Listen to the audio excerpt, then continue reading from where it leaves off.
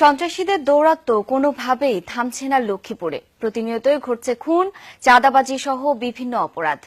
আইনশৃঙ্খলা রক্ষাকারী বাহিনীর অভিযানে ধরা পড়ছে শীর্ষ সন্ত্রাসীরা। অনেকে মারাও গেছে, কিন্তু বরাবরের মতোই অক্ষত তাদের অস্ত্র ভান্ডার।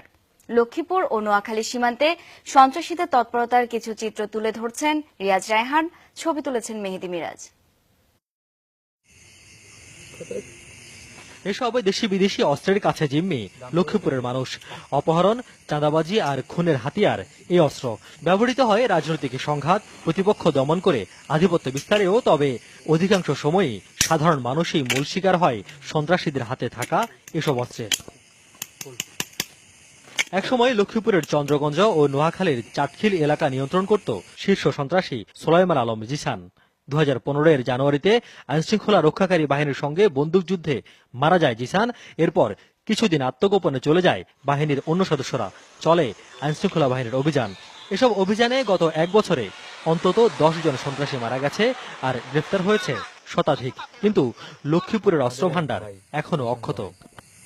আমাদের জিসিম ভাইকে মারি ফেলেছে, সমস্যা না। আমাদের জিসিম ভাইকে মারি ফেলেছে, সেটা তো সমস্যা নাই, কিন্তু আমাদের তো ভাই আছে। এই যে আমাদের আশাদ ভাই, তারপরে মুন্না, জিসিম ভাইয়ের কাছের লোক, ওরা তো আছে, ওরা আমাদেরকে অস্ত্র দেয়। এই এলাকার সন্ত্রাসীদের কাছে যেমন আছে দেশীয় তৈরি অস্ত্র, তেমনি আছে স্বয়ংক্রিয় বিদেশি অস্ত্র। দেশীয় অস্ত্রগুলো দামে যেমন সস্তা, তেমনি সহজলভ্য। এগুলো দেশীয় অস্ত্র। এগুলা দাম কত করে? এগুলার দাম আছে 20 আছে, 15 আছে। আমাদের কাছে এগুলা আছে, মাউজার আছে, রাইফেল আছে, 32 আছে, তারপরে 220 আছে। আমাদের লোক আছে চিটাগাং থেকে আসে, পাহাড়ের তলে ওরা থাকে, ওরা মেশিন তৈরি করে।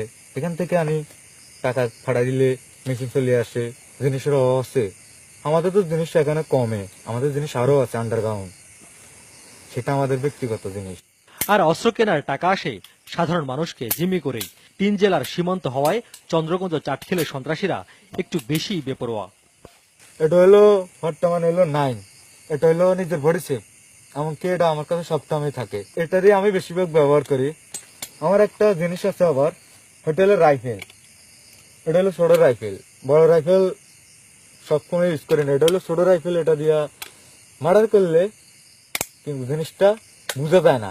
এমনকি এটা ছোট মোটো জিনিস কোমরে রাখতে কোনো সমস্যা হয় না। চাঁদার টাকা না দেওয়ায় গেল এক বছরে সন্ত্রাসীদের হাতে প্রাণ হারিয়েছেন অন্তত অর্ধশত মানুষ। রিয়াজ রায়হান, যমুনা নিউজ, লক্ষ্মীপুর।